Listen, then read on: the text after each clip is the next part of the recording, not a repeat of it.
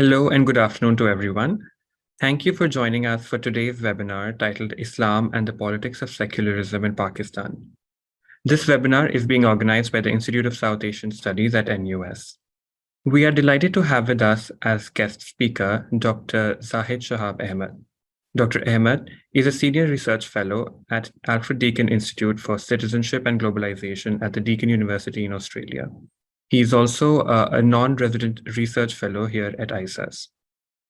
Today's seminar is being chaired by Dr. Imran Ahmed, a research fellow at ISAS. Before we go further with today's session, I would request everyone in attendance to turn off their cameras and mute their mics to ensure that there is no disturbance.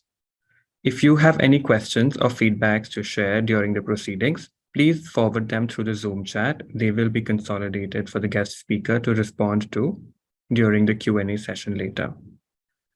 Please note that this event is also being live streamed at on the ISAS Facebook page. I now invite Dr. Imran Ahmed to make the introductory remarks and chair the session. Thank you so much, Said. It's with great pleasure that I welcome you all to today's seminar on Islam and secularism in Pakistan, featuring our guest speaker, Dr. Zahid Ahmed.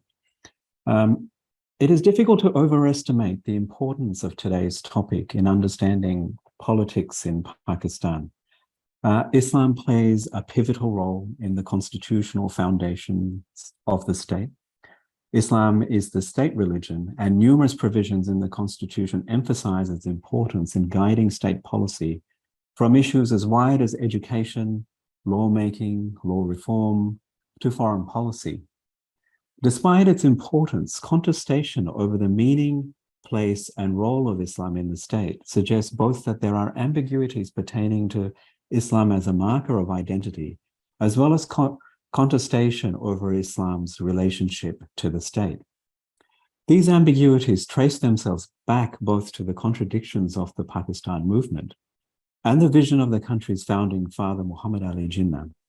Whether Pakistan should be an Islamic state or a secular homeland for the Muslims of South Asia remains an enduring point of debate. Today's talk addresses a particular and under-researched aspect of this debate, and that is the view on secularism amongst Pakistan's political parties. This is important to our understanding because the opposition to secularism by influential political parties in Pakistan is viewed as a major obstacle towards pluralism, something which continues to impact Pakistan's sizable religious minority population. Considering the diverse cultural and religious landscape of Pakistan, as well as the ongoing global discourse on the compatibility of Islamic values with modern notions of governance structures, today's talk is both a thought-provoking topic and a subject of pertinent importance. Dr. Zahid is a leading expert on Islamic politics in Pakistan. He is the author of Regionalism and Regional Security in South Asia, published by Routledge. He also has a forthcoming co-authored book on Iran's soft power in Afghanistan and Pakistan to be published by Edinburgh University Press. Dr. Zahid has extensively published journal articles and book chapters on the intersections of religion, governance, and foreign policy in South Asia. Dr. Zahid will speak for 30 to 40 minutes before we open the floor for discussion and Q&A. Zahid, you have the floor. Thank you, Dr. Imran. Thanks for the invitation and the very kind introduction. Always a pleasure to speak at events organized by ISAS. And I think, as you rightly pointed out, what I'm going to do is I'll try to unpack many of the complexities linked to identity in Pakistan and nation building and minority rights through the lens of secularism, how various political actors view secularism. And I'll be mainly looking at major political actors, whether Islamists or the so-called seculars or non-religious parties. So I thought, at the beginning, I would perhaps briefly say that, why I am interested in this very topic. As Dr. Imran says, I've been doing research on political Islam or Islam and politics in the Pakistani context for a while. But I think my main interest was also in, I was also motivated by these emerging debates in Pakistan calling for the state to be secular or more secular. And those were not only religious minorities, but also from the civil society, talking about the separation between religion and politics.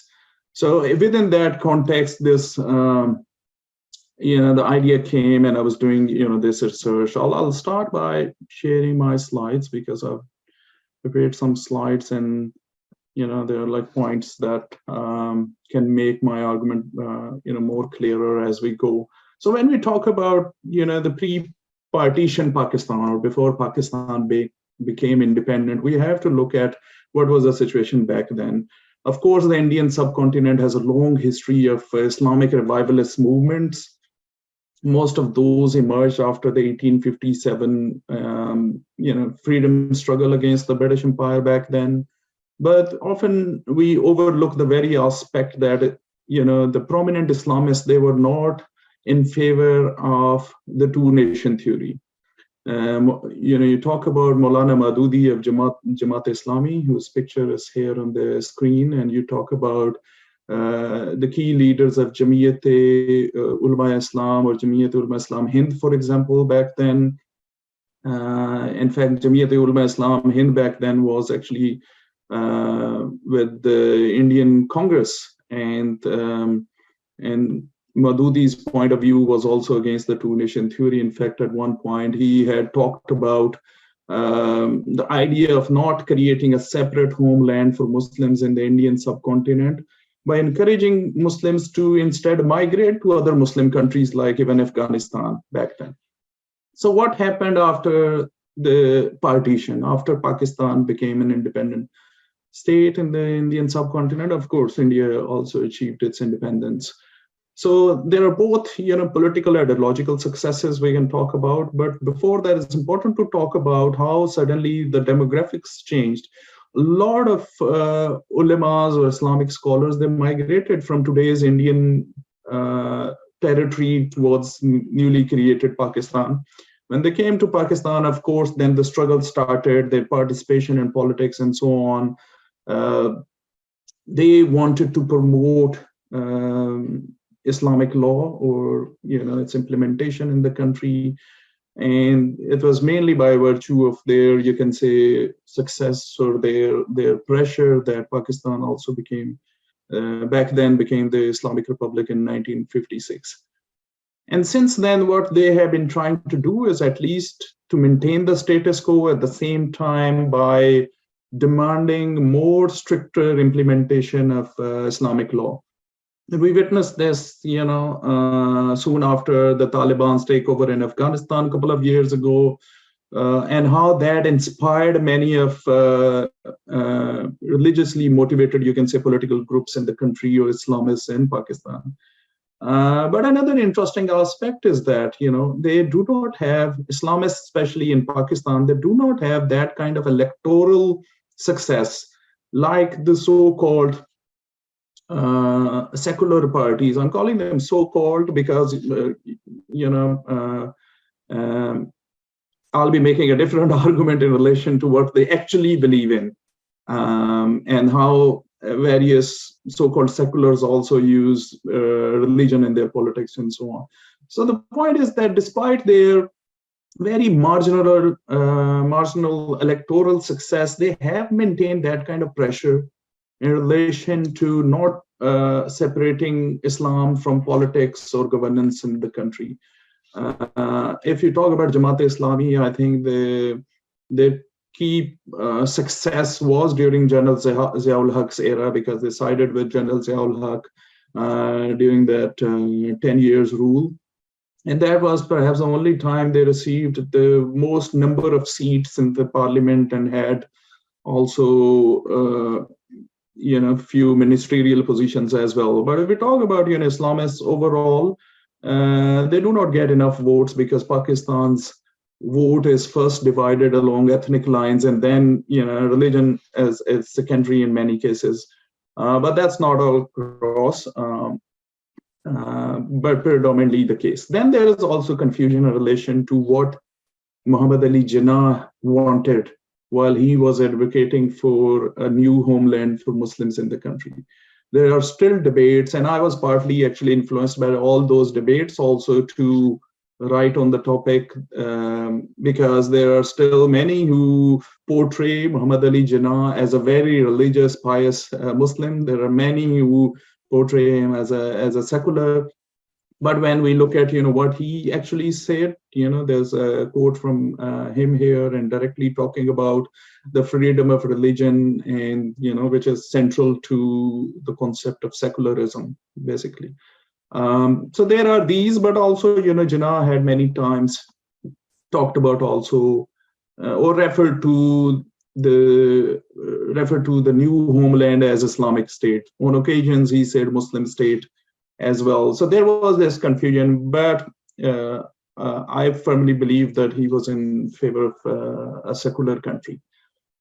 And when we talk about secularism, and this is what I'll be covering during the course of this presentation as well, a major hurdle remains through this persistent opposition from all major political actors, and this is not limited to just the Islamists or religious political parties, for example, which is a point of view which is often promoted in the scholarship or in the media, that mullahs are against Pakistan becoming a secular state. That's not the case, because if you look at the numbers in the parliament, and something like this has to be implemented through the parliament, and historically all the so-called seculars or non-religious parties, they have been in the majority in the parliament or in the lower house and the upper house. So how come they couldn't do anything?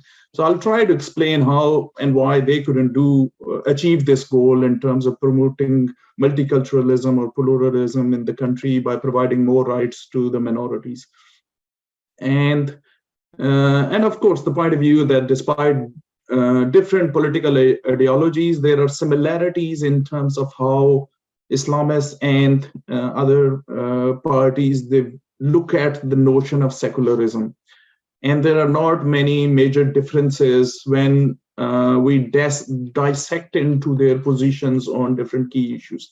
So why it is important? Okay, in terms of percentage, if we look at the number of non-Muslims in Pakistan, it's small, but one has to look at the numbers. 8 million roughly non-Muslims in Pakistan, majority of whom are Christians. There's also Hindu population, most of that living in the province of Sindh, and there are some Sikhs and other minorities as well.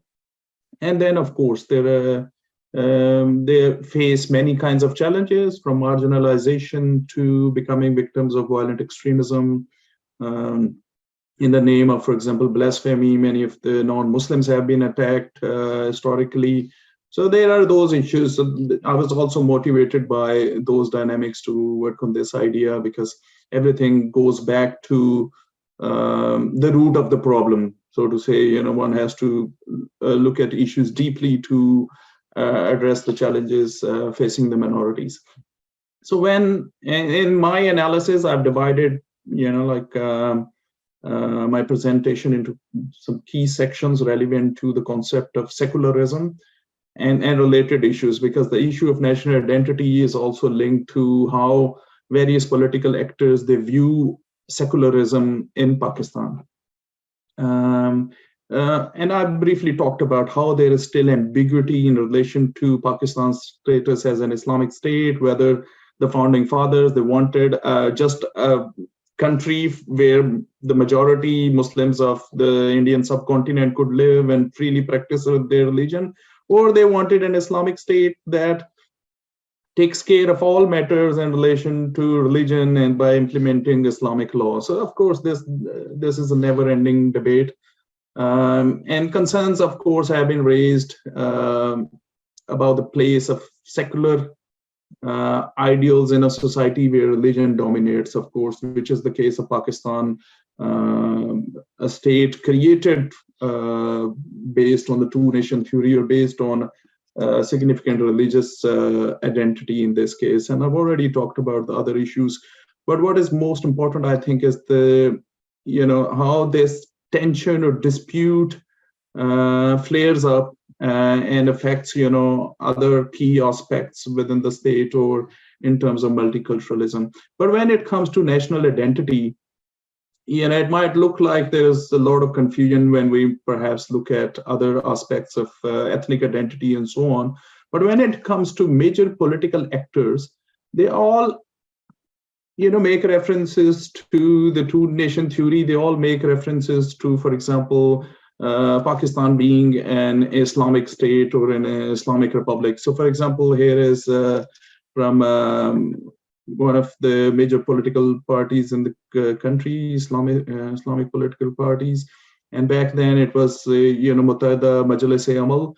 So he says that Pakistan was created for Muslims and Islam, but over the past 70 years, it has been led astray by Western conspiracies and secular forces. And, that's how it is. And, if we keep going, the Muttahida Majlis-e-Amal's reunion, which we have been trying to achieve for some time, is to establish true Islamic values and create the Pakistan that was envisioned by the founding fathers as per the two-nation theory. So interestingly, as I talked about in the beginning, that many of the Islamists or the founding fathers of these religious parties, for example, of Jamaat-e-Islami or Jamiyat-e-Ulama-Islam, they were against the creation of Pakistan. They were against two-nation theory. But since Pakistan's independence, that is what they want to protect, the two-nation theory.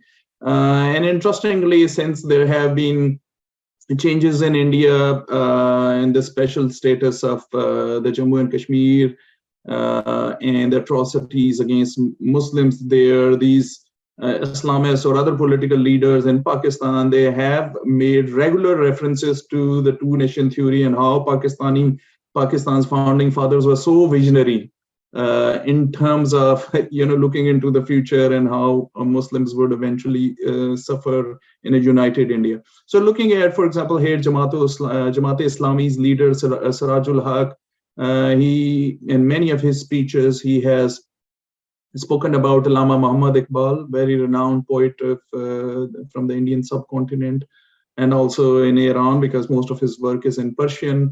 And he's credited for developing the two-nation theory as far as Pakistani history textbooks are concerned, and so on. So here you can see from his statement is talking about referring to Allama Iqbal. And before that, in 2017, he talked about, he made a reference again to the two-nation theory, that Pakistan was created on the basis of two-nation theory.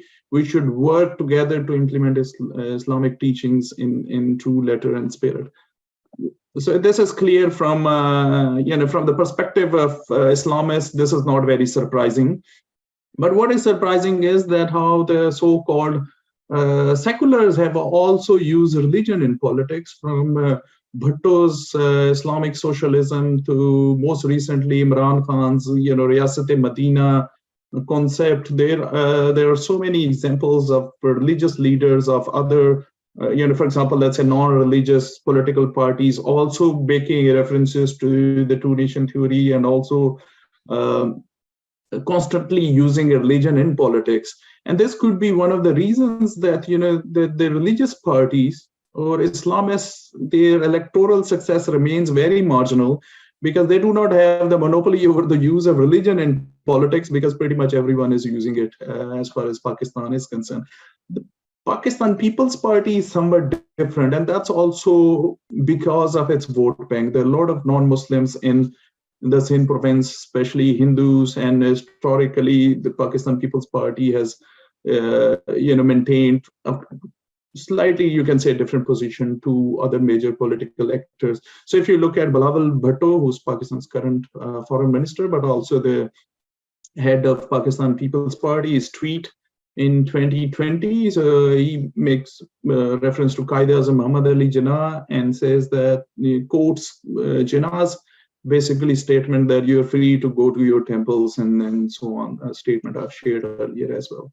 But interestingly, another aspect which is overlooked is how anti-Westernism plays a role in how various political actors, they react to certain reforms, whether reforms on women's rights or minority rights. They look at that as a Western propaganda. And Pakistan has a long history of anti-Westernism, which is not only limited to Islamists. And for example, if we look at Pakistan post 1971, Bhutto's populism was largely anti-Western as well. So they look at that through that. And similarly, Pakistan's this reaction to NGOs is also can be looked through this lens of anti-Westernism, and how even certain social movements, whether it's the Aurat March or there are other movements for human rights, they are easily ignored or by blaming on external forces or on Western countries trying to promote, for example, secularism in Pakistan. This is kind of like a constant theme. But if you look at Islamist view on this, there's of course Jamiyat-e-Ulama Islam's Fazlur Rahman has spoken in terms of reforms. He said that the Punjab government's protection of women against violence bill is against Sharia and declared, and he opposed it. Before that, Jamaat-e-Islami's Liaquat Baloch also said that counter-terrorism is a conspiracy to turn Pakistan into a secular state. So pretty much any angle can be taken which benefits them at the domestic level. And Islamists have a long history of targeting other political actors or the major political actors who have maintained dominance in Pakistan's political landscape. So they have, for example, this anti-secular discourse has often been used as a tool to target other political actors in the country, whether it's Jamaat-e-Islami that blamed Pakistan Muslim League back then, that that Prime Minister's slogan of a liberal and secular Pakistan, and PPP's leader, he also targeted them for promoting secularism in the country. But then we move on to further on to anti-Westernism and how that is triggered. That's also triggered by a lot of external events, whether it's Islamophobia in the West and or blasphemy acts. Every now and then there are for example, blasphemous contents published in Western newspapers, and there's very strong reaction in Muslim world, including especially in Pakistan, which is the second largest Muslim country after Indonesia.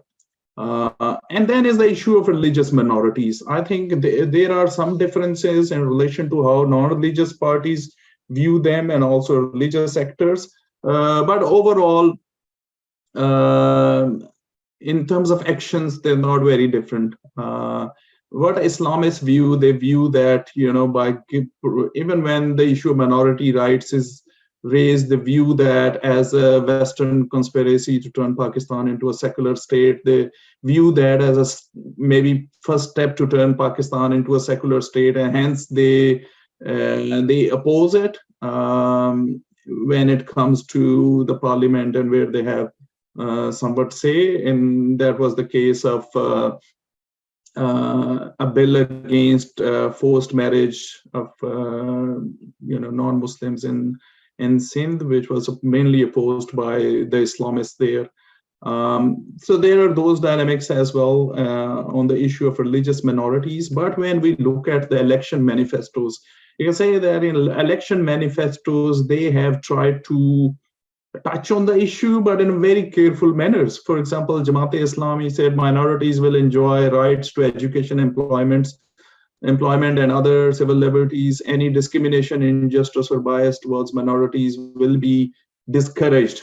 Okay, so they don't use the word protection in that sense, or how minorities can freely practice their religion and so on. But if you look at Jamaat-e-Islami as election manifesto, they said non-Muslim minority in the country will enjoy religious freedom and civil liberties and so on. But that's only to the extent of, I think, election manifestos. In practice, we know that that never happened. And other political parties, they're non-religious, so they, in their election manifestos at least, they talked about how, for example, minorities are unjustly treated, which is the case of Nawaz Sharif's statement back then.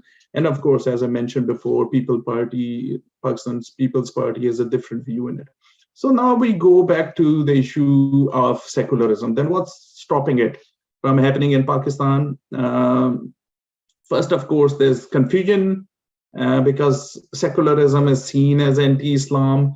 And here I'm quoting Munas Ahmed, who's a very respected scholar from Pakistan, and he has sort of tried to unwrap it. And he says it because in Urdu, the word secular means atheist. And that's why when these, if we look at these reactions to secularism, then perhaps that's because of its, the very meaning in the Urdu language. Perhaps there are ways to look at other terminologies. And also, like it's not been easy for the parties who have run the country to freely implement what they wanted to do in terms of religious reforms and so on. On many occasions, because of the backlash, they had to backtrack. Whether we can talk about how Pakistan Tehreek-e-Insaf, they had to publish this blog on its website, and they talked about basically they wanted to address this blame on Imran Khan that he's secular, and made a reference to Riyasat-e-Madina. Imran Khan has been targeted with many such, you can say, labels, whether Zionist or a Western agent and so on. Those are very common, but calling someone a secular is kind of like something that no one wants in Pakistan, at least if we talk about the prominent politicians in the country. Okay, so in terms of non-religious parties' election manifestos, they are also very similar in this regard. For example, there's one example of Pakistan Muslim League, which is now leading the coalition of other major political parties. And if you look at its election manifesto here, it says that PML wants to make Pakistan a peaceful and progressive country wherein people can live their lives in accordance with the teachings and requirements of Islam as set out in the Holy Quran and Sunnah. Okay, so later on references made to religious freedom and so on. But what is very common among the election manifestos or speeches made by all the political actors, including from Pakistan People's Party, no one has used the word secular or secularism, and for very valid reasons, because this won't sell very well. I know that I'm very close to my allocated 30 minutes or so, and I wanted to conclude before I'm actually asked to stop. So in terms of how Islam plays a role, or how Pakistan's national identity plays a role in terms of secular debate in Pakistan, of course, there continues to be the influence of the two-nation theory as far as we look at, for example, its influence on mainstream politics, which was the purpose of my today's talk. There's no one who's speaking against the two-nation theory from the major political parties. They believe that that is the very basis of Pakistan's national identity. So there are no major differences or any differences in that regard between Islamists and non-religious political parties. Although Islamists have a very rigid position, any slight change or any slight reform, whether in relation to women's rights or minority rights, they look at 20 years ahead or 30 years ahead, how that is going to affect Pakistan. And they feel that that would turn ultimately Pakistan into a secular state. So they have a very rigid position on this. But then how Islamists, despite the fact that they do not have much of a presence in the lower house or the upper house, or because of their very minimal electoral success, how they manage to have this level of influence. Okay, so their influence is very limited on other political parties. The deed of other political parties that in Pakistan, this even discussion on secularism has not progressed. at any level, at the upper level, discussion in relation to separating religion from politics or religion from the affairs of the state. And that's also because Pakistan's democratic history has had many ups and downs. For 30 years or so, it was directly under military authoritarian regimes who made many concessions to these Islamists, and eventually Pakistan experienced various phases of Islamization in the country. And most recently, there was, not most recently, in the 80s, it was under General Ziaul Haq.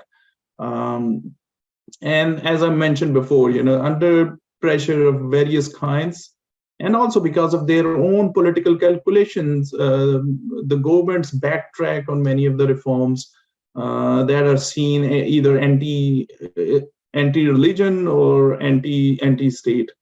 And what do we have in the end? Pakistan is not a secular state, and that's the case of most of the political actors.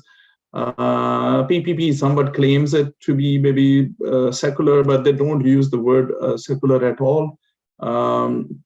And I think, it's not just the Islamists, it's also the issue of mainstream politics in the Pakistan, in which the vote bank is also very conscious of how religion is looked at. It could be, something to do with the level of religiosity in the country, and how talking about anything to do with religion, going against religion, is not going to do very well in terms of domestic political gains in the country. So eventually, what we have is not a secular state, but the Islamic Republic of Pakistan, where religion remains the supreme authority in matters of, for example, law and in other matters as well.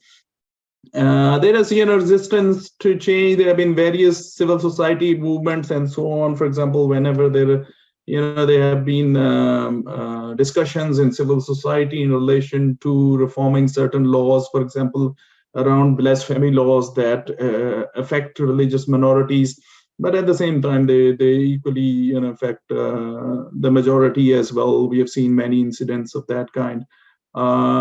So to sum it up, it's the case of majoritarianism, in which major political actors are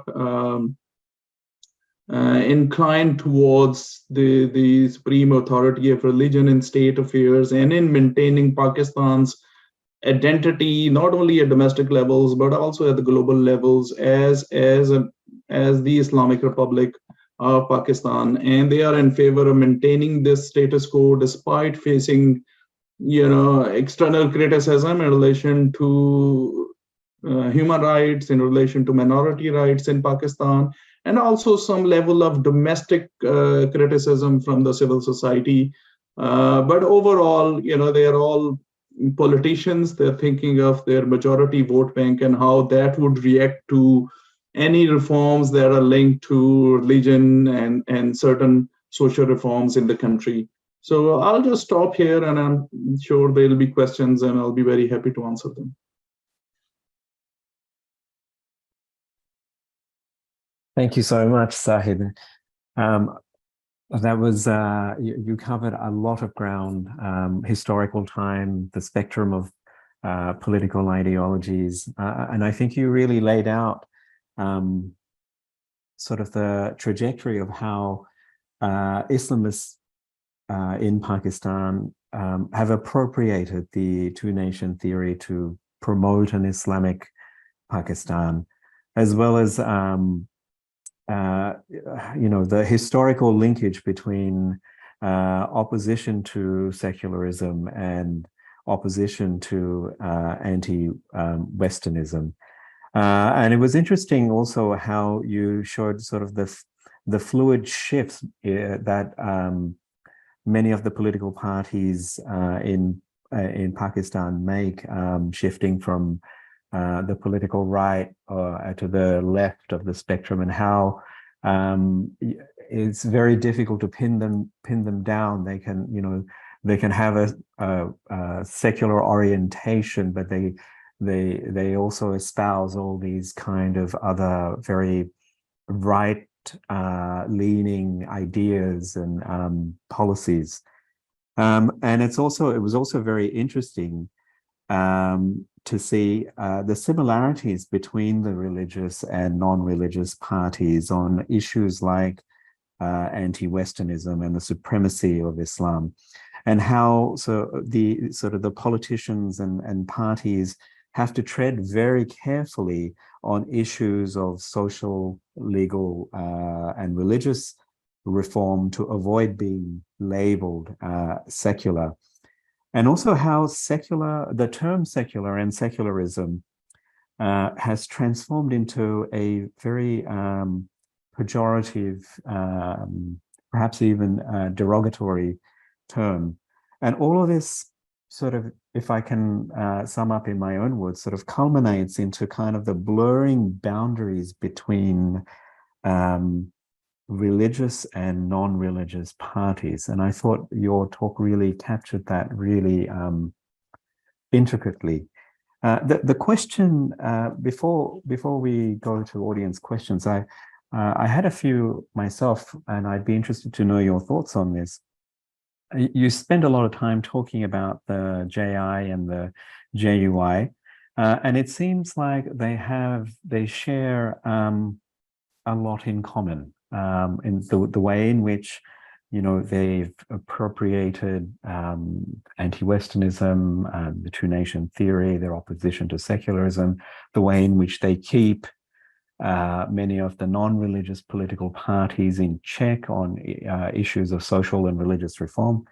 I was particularly interested in how do they differentiate between each other as two religious parties. So, you know, voters and supporters, how do they differentiate between which religious party they're going to vote for if they are inclined to do so? And how do their visions of an Islamic Pakistan differ? And do they compete with each other in some way? So I'm curious to know your thoughts on that.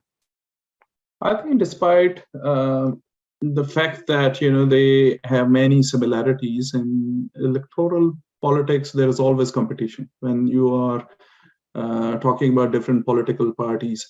But the case of Islamists is very interesting because they are a minority in Pakistan's political landscape in terms of their electoral success.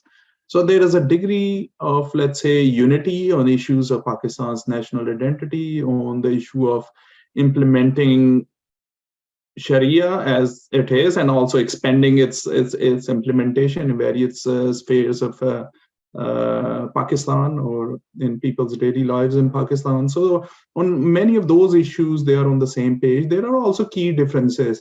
Jamaat-e-Islami is a national party. It has candidates across the country.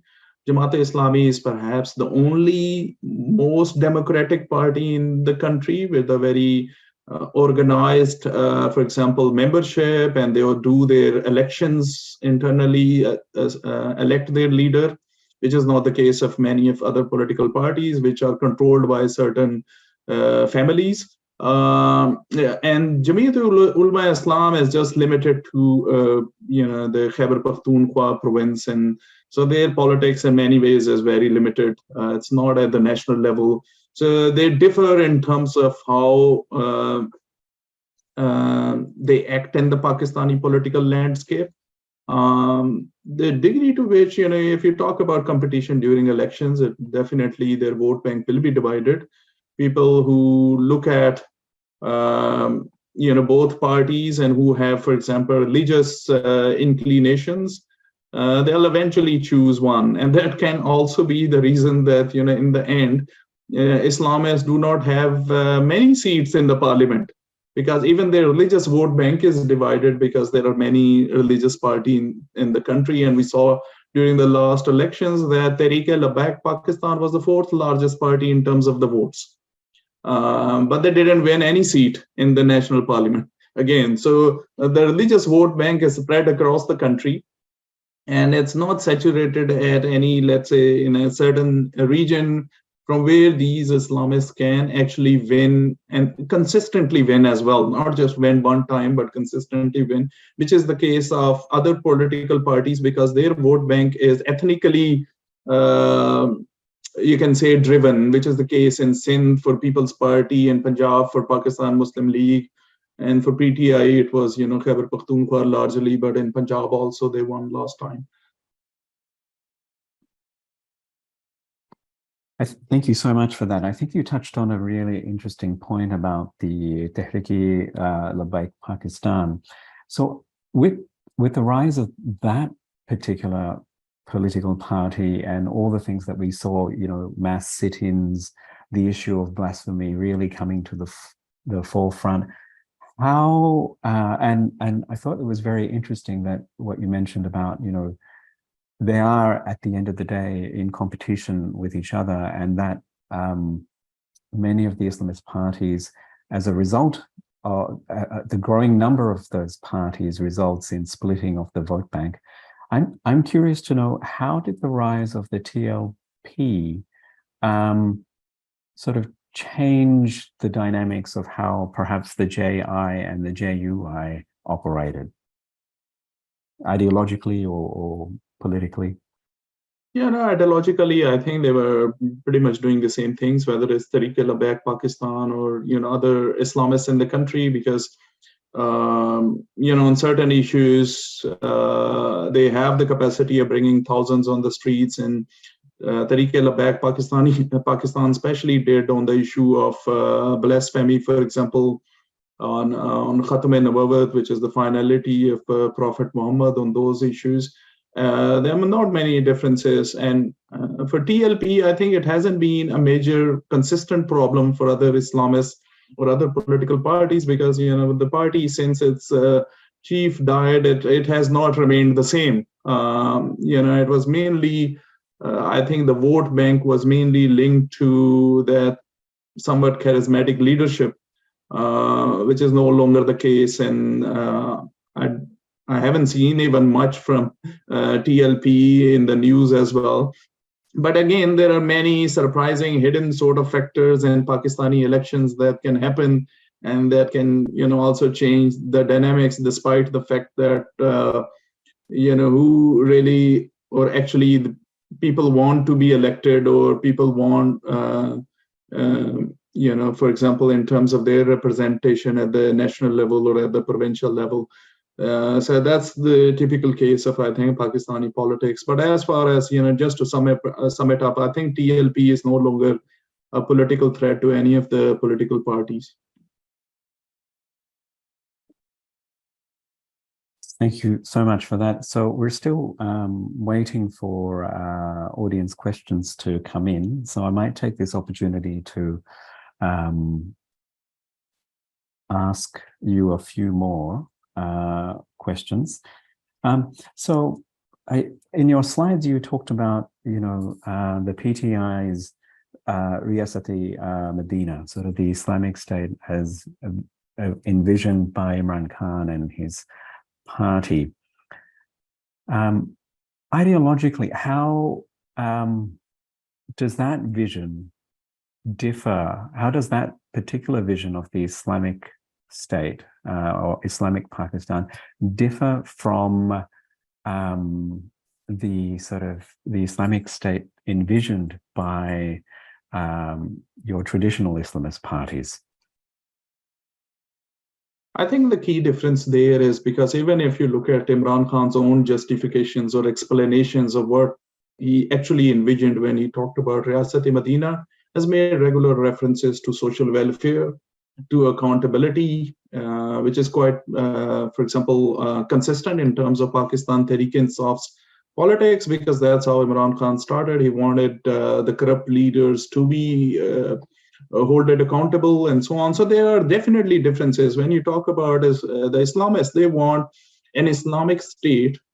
They don't talk about Riyasat-e Medina. They haven't made those references, but they talk about an Islamic state where Islamic laws are implemented. Imran Khan never really went that far. So his ideals of Riyasat-e Medina were kind of mainly focused around social welfare, taking care of the poor. He, for example, during his government, he implemented many pro-poor or policies. For example, giving health cards, building shelter homes, providing free food, and so on. So in practice, that's what he was trying to do, by giving references to the first Islamic State or Riyasat-e-Madina, and that how he could use that as a model for Pakistan, where millions are suffering because of poverty. And many times, he made references to learning from China's case to address Pakistan's massive problem with poverty and, or economic marginalization in the country. So basically, that's how he was envisioning. That's not the case of other, or Islamists. And I think you made an interesting point earlier with reference to,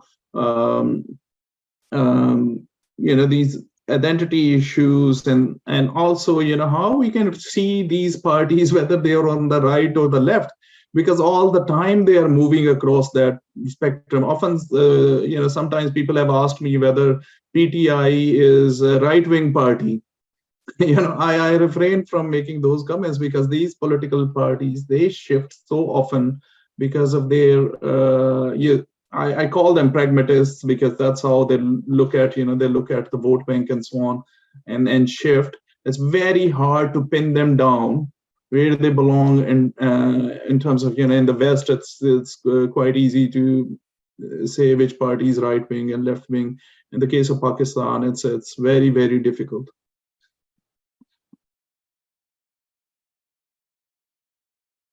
Thank you. So I wanted to shift the focus more to the contemporary period.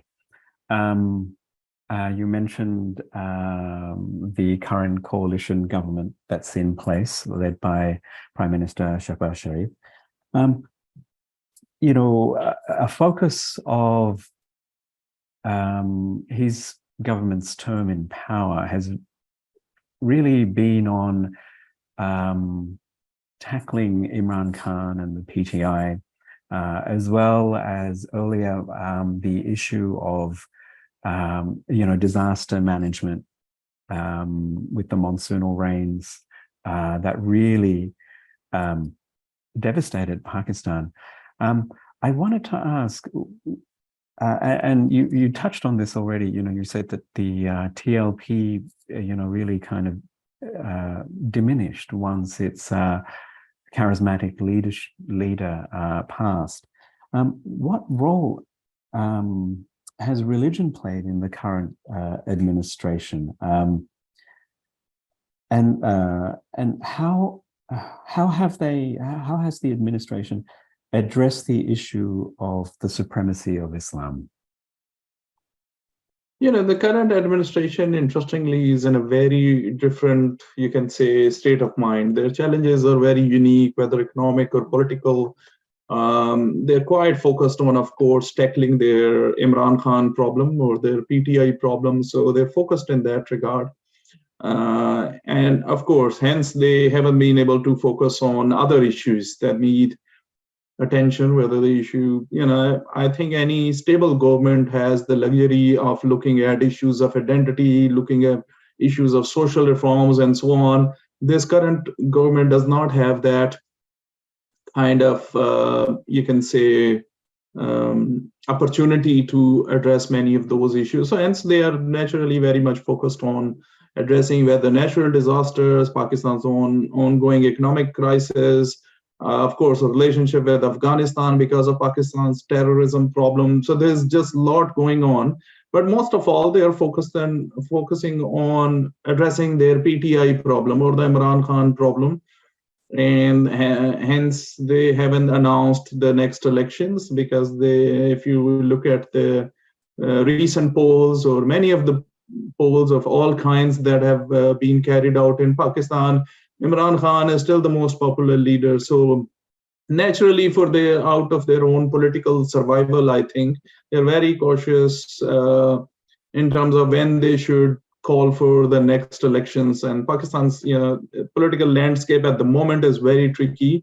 But if this government stays on, if they do hold next elections, if they do win, then maybe they'll have that opportunity of looking into these issues that I've talked about in today's presentation. Thank you so much. We've got one question from the audience. I think this is sort of more querying into the historical context of both Pakistan's founding in the early decades. So the question reads, a country in the neighborhood has secularism in its constitution, but a very different concept of secularism focusing on the state being neutral and supporting religious communities. Why has this not been possible for Pakistan? Is the focus on the two-nation theory too strong? Is it an issue of a lack of leadership? Or is it a case related more to do with the necessities of nation building between East and West Pakistan in those early decades?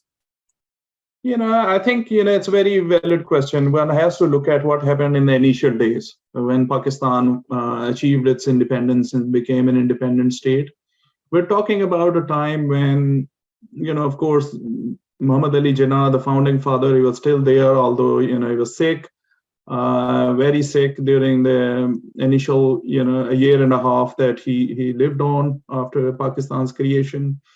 But even then, if you look at some of the nation building aspects, the first was the issue of Pakistan's national language. Bengali was spoken by the majority of Pakistan's citizens back then. Bengali wasn't accepted as one of the official languages. That, of course, started the whole nation building project at a very wrong place and affected what came afterwards and how Pakistan disintegrated. It's easier to blame, for example, the enemy state next door for intervening in East Pakistan and all that, but I think one has to accept own mistakes, and there were several mistakes that eventually led to the separation of East and West Pakistan. I think another major issue was the lack of leadership. Okay, so Muhammad Ali Jinnah couldn't live for that long, and he wasn't part of Pakistan's first constitutional debates, and eventually how this objective resolution was passed and how finally Pakistan was declared an Islamic state. So of course there was this lack of leadership. Many of the founding fathers or founding members of Pakistan movement, for example, they couldn't stay on to play that kind of role in constitutional development and so on. And eventually, we had, like in the 50s, of course, General Ayub Khan's military regime that made many concessions to the Islamists, although initially he was against these religious parties, but eventually he made those concessions to them for his own survival. And there was a case of many others that followed. So I think the lack of leadership played a very key role here if we compare India's constitution with Pakistan constitution and how Pakistan could not maintain, or add that clause of state becoming neutral in matters of religion, for example, as far as the constitution goes.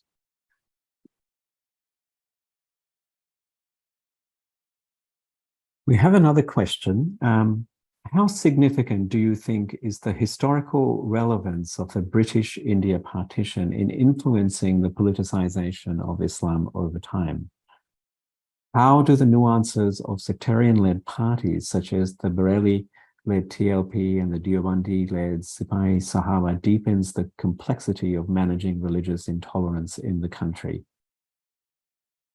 Okay, sectarianism, of course, does not have those that deeper roots. It's pretty much the case of post-Islamic revolution in Iran, that many of those tendencies came into today's Pakistan, for example. And I must have said, I think this earlier in my presentation as well, that Islamists like Jamiyat Ulama Islam, Jamaat-e-Islami, they were at the forefronts of jihad against the Soviet troops in the 1980s. They were the front, the front of, you can say, Pakistan state in various ways. whether in terms of recruiting mujahideen or deploying them and so on. And throughout the 80s, of course, many of these sectarian groups or madrasas were formed. And Pakistan's worst decade in terms of sectarian violence was the 1990s, when incidents of sectarian violence reached to its peak. Since then, of course, it has continued, but not at the same level. So that I won't credit to, for example, affecting much in terms of Pakistan's national identity, because much of what happened was before. We have to look at the constitutions when they were made.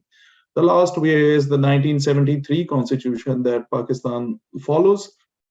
And in that, of course, that also came at the time when Bhutto, there was Islamization that happened even during the so-called secular leaders era. Bhutto was known as a secular leader, but after 1971, he had a very different outlook, became very pro-Muslim world, Ummah, and because that was kind of, I think, is a strategy, Pakistan's strategy to also gain the Muslim world support for its, various security-related programs, including its own nuclear program. And I think I did talk about briefly Islamic revivalist movements during the British era, and how most of them had started following the failure of the 1857 freedom struggle against the British Empire, or you can say the East India Company and the Indian subcontinent. So of course, there are these, the colonial era played a massive role in this. We have a long history in terms of, if you look at neutral historical records of religious harmony in the Indian subcontinent up until that point, up until the mid 19th century. There are so many examples of Hindus and Muslims and Christians, everyone living so peacefully. So something happened definitely during the colonial era, and one has to, I think, look into that. And of course, that played a key role in how many of Pakistani Islamists, they still look at the role of religion in state, or they look at the concept of secularism.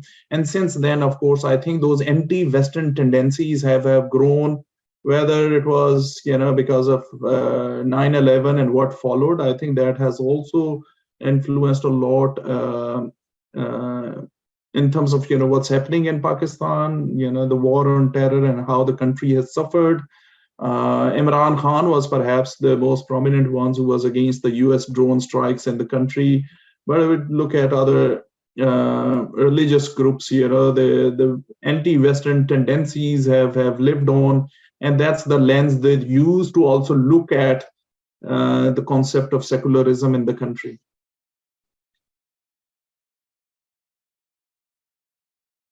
Thank you so much for that. I wanted to ask, you touched on an interesting point about Pakistan being a nuclear power. And one of the interesting things about Pakistan's constitution is that it has a provision which sort of guides the state to have good relationships with other Muslim states. So I wanted to ask you, how has Islam, so this is more perhaps an IR question, but also a historical one. How has Islam influenced Pakistan's foreign policy, particularly in recent decades? Actually, I have a paper on this as well.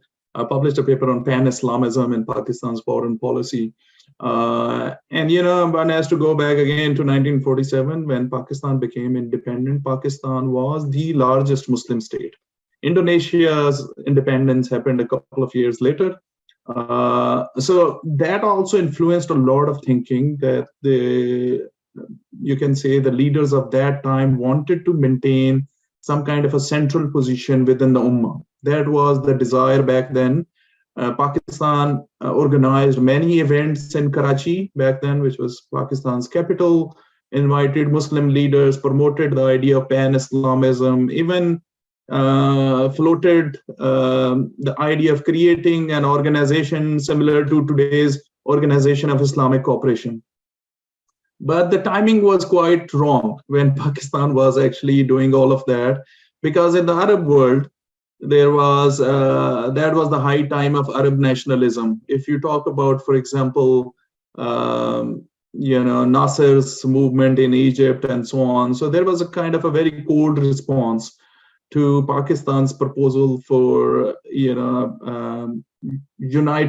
Ummah or United Ummah Front at that time. But pan-Islamism has had ups and downs in Pakistan's foreign policy, and again is linked to Pakistan's constitution. And the constitution is very clear that Pakistan or the state should try to maintain good relations within the Ummah. If you look at some of the, and historically also Pakistan has tried to do that through many ways. For example, through mediation between Muslim countries, whether it was Iran or Iraq, whether it was Iran or Saudi Arabia. So Pakistan's advocacy has continued at that level and is strongly influenced by Pakistan's state identity being the Islamic Republic of Pakistan, and that plays a huge role in the manner in which Pakistan even operates at the international level.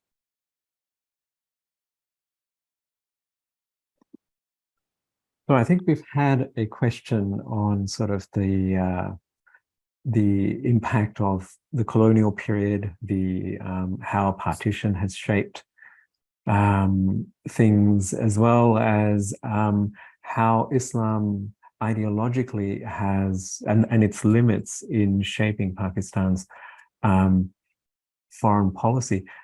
I wanted to get your thoughts on the I guess how external influences has shaped Pakistani Islam. So I'm thinking perhaps about the Saudis in Saudi Arabia in the 1980s, as well as going to sort of touch on the book that's coming out for you, Iran, Soft Power in Pakistan, and also sort of if you could comment on sort of the Turkish cultural influence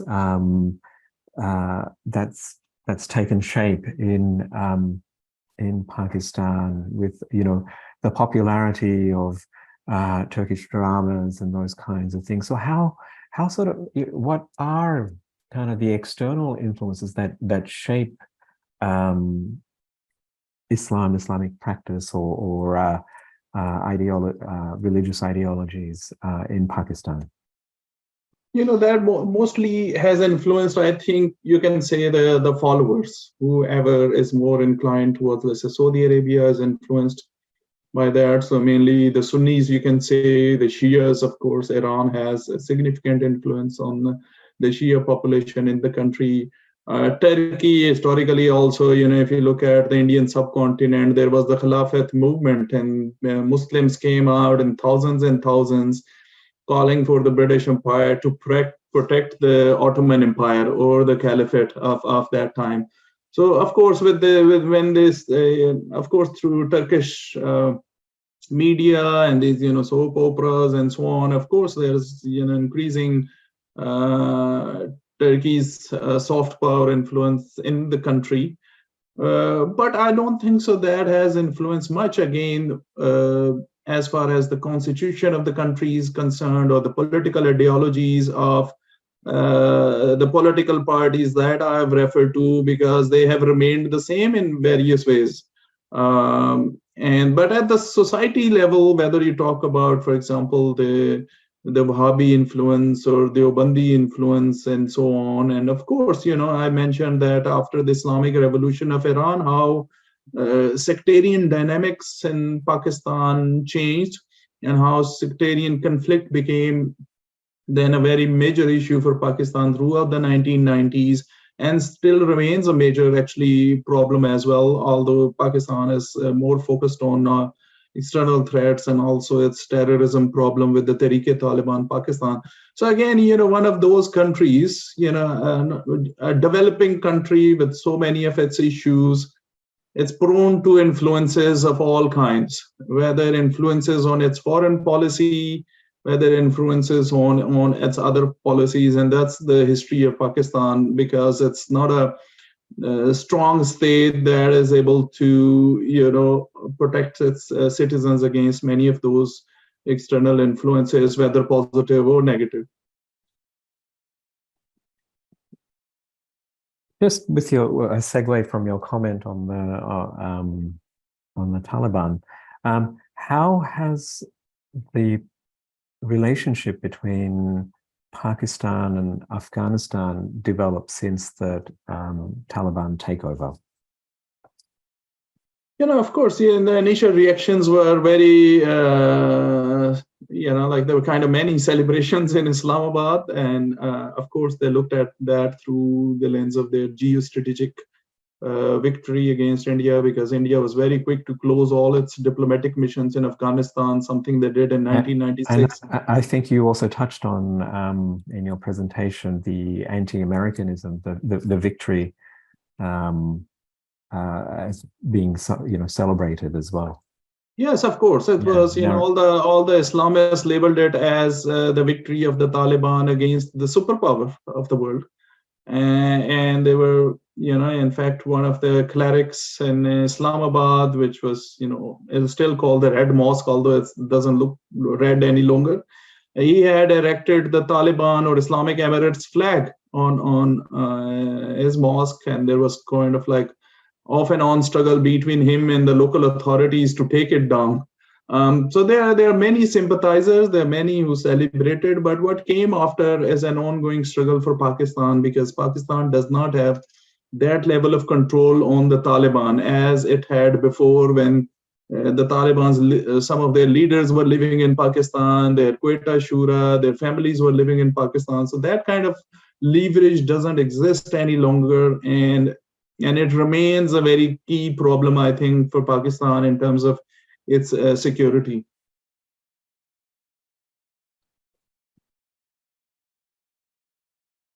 So I think this will be my final question. One of the interesting comments you made during your presentation, you said everything goes back to the root of the problem, which, the issues about the true nation theory and the identity. And it's a topic that seems to be really getting mileage in the scholarly community from books by scholars like Farzana Sheikh in Making Sense of Pakistan, Hussein Haqqani's Reimagining Pakistan, Russell Bucks Rice's Imagining Pakistan. So my question to you, and just your thoughts, final thoughts on this, does Pakistan need to be reimagined in order for it to expand the scope of its politics? Yes, of course. I think that was the whole motivation behind this paper that I did, or other similar papers on nation building in Pakistan. That I think that exercise has to happen. It's not happening at the moment because the current government is in crisis. There's practically no opposition because Pakistan Tehreek-e-Insaf, they resigned from the national parliament and also from Punjab, so they don't have that representation. So this discussion cannot move on unless there is some level of political stability in the country. At the civil society level, of course, there have been many discussions around this on reimagining Pakistan, or reimagining Pakistan's national identity. Because there are ongoing problems. There is insurgency in Balochistan, Pakistan, and ethno-nationalism in various forms. It's present, and a degree to which people feel inclined towards religion also has changed over the years, through various waves of modernization and so on. And even, the goalpost has shifted for many Islamists, the way Saudi Arabia is modernizing, and many mullahs who were giving examples of Saudi Arabia to promote similar kind of Sharia Islamic law in Pakistan now must be quite confused because Saudi Arabia is modernizing at a very, very fast pace. Something I don't think so even the Saudis can catch up to that easily. So the goalpost for many of the mullahs, in fact, even for Afghan Taliban also, I think has changed. And eventually they have to reimagine Pakistan and their politics as well. But this is not something that is going to happen immediately. But I think eventually that will happen.